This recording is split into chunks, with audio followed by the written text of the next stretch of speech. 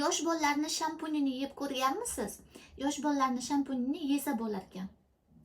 Qani yeb ko'ramiz. Ta'mi qanaqa bo'lar ekan? Yosh bolalarni shampuni ko'p yillik bo'ladi. Ko'zni achittirmasligi uchun. Shuning uchun bu shampunni yesa bo'lar ekan. Voy.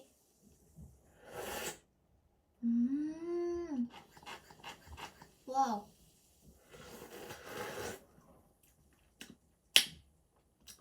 Qanaqadir suvdan ta'm kelyapti.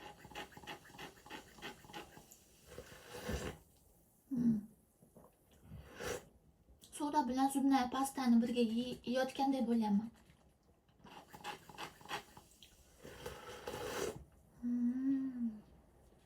Yesa bo'lar ekan lekin. Bu videoni shampun yeb ko'rmagan do'stingizga jo'natib qo'ying.